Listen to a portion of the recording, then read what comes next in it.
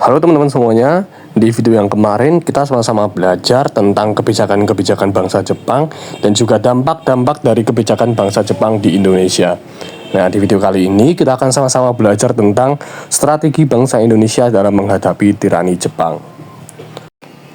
Nah, teman-teman, masa pendudukan Jepang di Indonesia itu selama 3,5 tahun, di mana dimulai pada tahun 1942 sampai tahun 1945, merupakan periode yang penuh tantangan bagi bangsa Indonesia. Namun, di tengah penindasan, bangsa Indonesia menunjukkan kecerdikan dan juga keberanian melalui berbagai strategi dalam mereka menghadapi bangsa Jepang. Nah, kita akan sama-sama belajar teman-teman apa saja strategi dari bangsa Indonesia dalam menghadapi tirani Jepang. Yang pertama, merupakan strategi kerjasama, di mana beberapa tokoh nasional seperti Soekarno dan juga Muhammad Hatta memiliki strategi kerjasama dengan Jepang.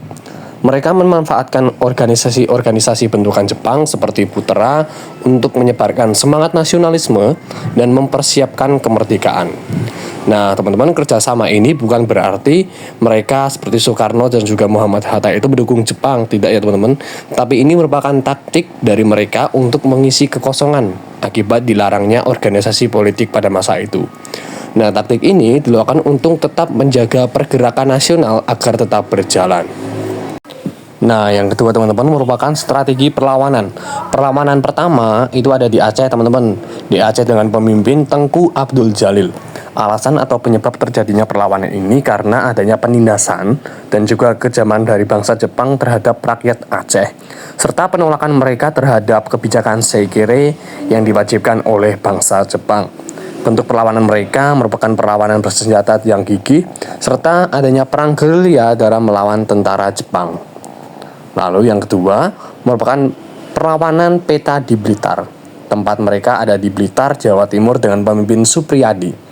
Alasan atau penyebab terjadinya perlawanan dari rakyat Blitar ini merupakan karena adanya ketidakpuasan terhadap kondisi kerja paksa atau rongsa. Lalu adanya juga penderitaan rakyat akibat pengambilan paksa hasil bumi, serta semangat nasionalisme dan keinginan untuk melawan penjajah dari rakyat Blitar pada masa itu. Lalu teman-teman, yang selanjutnya merupakan perlawanan di Kalimantan Barat dengan pemimpin Sultan Syarif Muhammad Al-Qadri sebagai Sultan Pontianak pada masa itu, serta dibantu oleh para tokoh bangsawan dan juga Kesultanan Pontianak dan juga para cendekiawan, ulama dan juga pemuda lokal. Alasan atau penyebab terjadinya perlawanan dari rakyat Kalimantan Barat ini, yang pertama karena penindasan bangsa Jepang, lalu yang kedua pembantaian massal atau peristiwa Mandor, di mana bangsa Jepang membunuh ribuan tokoh masyarakat, termasuk bangsawan, ulama, dan pemimpin daerah yang dianggap berpotensi dalam melawan Jepang.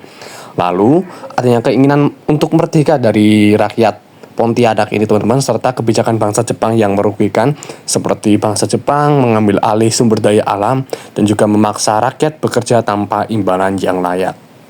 Nah, perlawanan ini akhirnya berujung pada pembantaian ribuan rakyat Kalimantan, termasuk Sultan Syarif Muhammad Al-Qadri sendiri oleh Jepang, di mana peristiwa ini menjadi bagian dari sejarah perjuangan rakyat Indonesia dalam melawan penjajahan. Lalu selanjutnya teman-teman, adanya pembentukan BPUPK atau Badan Penyelidik Usaha-Usaha Persiapan Kemerdekaan Indonesia yang dibentuk pada tanggal 29 April tahun 1945. Alasan dibentuknya BPUPK sendiri ini karena Jepang mulai terdesak dalam Perang Dunia Kedua dan ingin menarik simpati dari rakyat Indonesia dengan menjanjikan kemerdekaan. Nah, BPUPK sendiri ini teman-teman dibentuk untuk merancang dasar negara dan juga persiapan kemerdekaan. Hasil dari pembentukannya sendiri yang pertama merupakan perumusan dasar negara, di mana dibahas dalam sidang pertama tanggal 29 Mei sampai 1 Juni tahun 1945 yang melahirkan gagasan dasar negara termasuk Pancasila yang dikemukakan oleh Soekarno pada tanggal 1 Juni tahun 1945. Lalu yang kedua merupakan perancangan Undang-Undang Dasar tahun 1945 di mana dibahas pada sidang kedua tanggal 10 sampai 17 Juli tahun 1945, di mana menghasilkan rancangan Undang-Undang Dasar termasuk pembukaan yang mengandung Pancasila. Lalu yang ketiga, pembentukan panitia kecil untuk menyempurnakan hasil sidang termasuk panitia 9 yang menyusun Piagam Jakarta.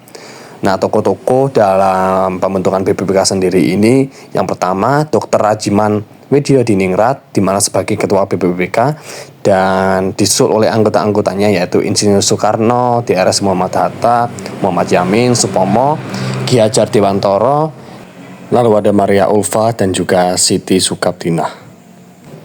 Nah, itu teman-teman strategi-strategi dari bangsa Indonesia dalam menghadapi tirani Jepang. Terima kasih sudah menyaksikan dan sampai bertemu di video yang selanjutnya.